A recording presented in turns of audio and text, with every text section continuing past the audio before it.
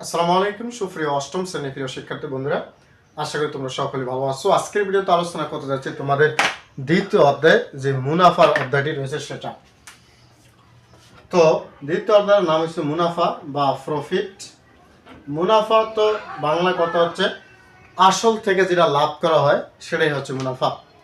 তুমি কোনো জায়গায় আসল টাকা খাটিয়ে কিছু একটা লাভ করেছো, তো ওই লাভের অংশটাকে যে লভ্যাংশটা পেয়েছে ওই লভ্যাংশের অংশটাকে বলা হয় মুনাফা বা প্রফিট।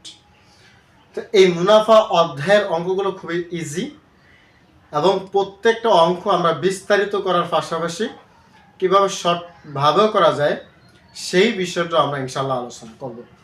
এর জন্য প্রয়োজনীয় যে সূত্রগুলো তোমাকে অবলম্বন করতে হবে, পড়তে হবে, সেগুলো হচ্ছে এই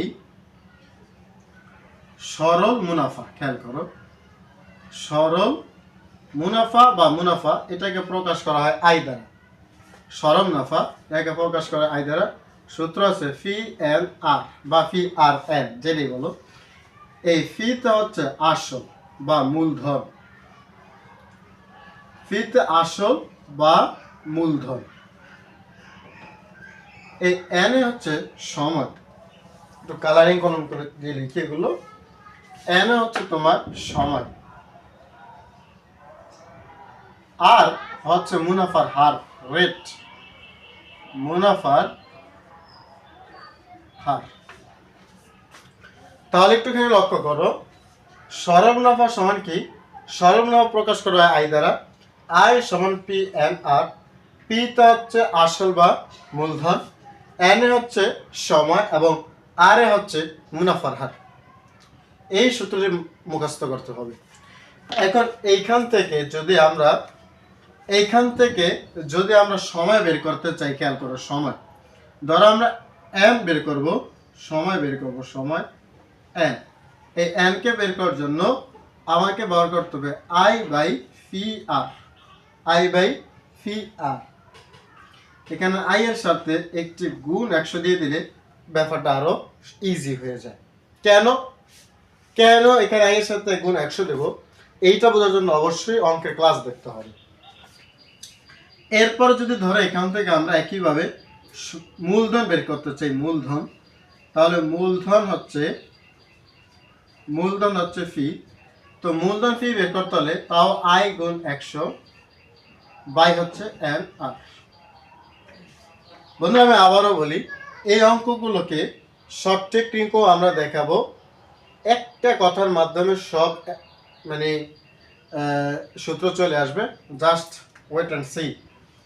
তো এরপরে যদি আমরা হার বের করি, মুনাফার হার বের করতে হলেও আই গুণ 100 আর বাই হচ্ছে ফি আর। তাহলে খেয়াল করো, সরল মুনাফার ক্ষেত্রে যদি আমরা অঙ্ক বের করি সরল মুনাফা, তাহলে আই সমান ফি এন আর, যেখানে আই হচ্ছে সরল মুনাফা, ফি হচ্ছে আসল বা মূলধন, এন হচ্ছে সময় এবং আর হচ্ছে মুনাফার হার। এখান থেকে যদি আমরা সময় বের করি আই গুণ 100 বাই ফি আর, মূলধন বের করলে ফি সমান আই গুণ 100 বাই এন আর, হার বের করলে আই গুণ 100 বাই পি আর। এছাড়াও আরো কিছু সূত্র রয়েছে, সেটা হচ্ছে চক্রবৃদ্ধি মূলধন,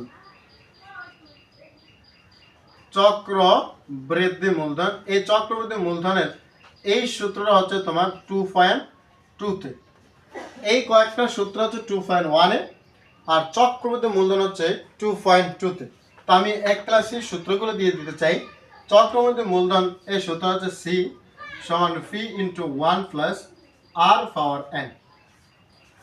তাহলে চক্রবৃদ্ধি মূলধনের সূত্র কি?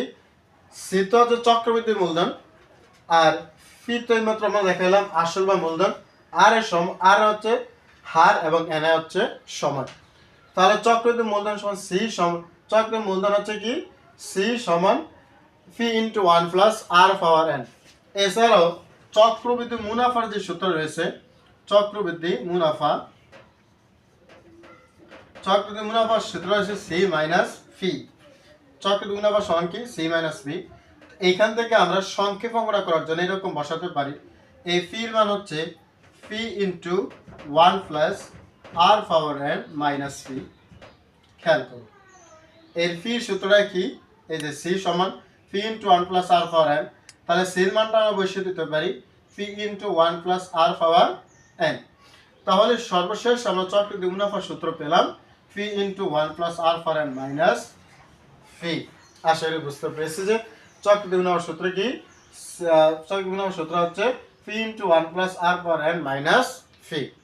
এই হচ্ছে তোমার টোটালি 2.1 ও 2.2 এর বেশ কিছু সূত্র, যেই সূত্রগুলো দিয়ে আমাদেরকে সবগুলো অঙ্ক করতে হবে। তো বন্ধুরা, আজকের শুধু ক্লাসের যে সূত্রের যেই বিষয়গুলো সেটাই দেখালাম। পরবর্তী ভিডিওতে এই সূত্র প্রয়োগের মাধ্যমে আমরা অঙ্কগুলো করব খুব সহজেই। আমি আশা করি তোমরা ক্লাসগুলো দেখলে অবশ্যই উপকৃত হতে পারবে। ধন্যবাদ সকলকে, আল্লাহ হাফিজ।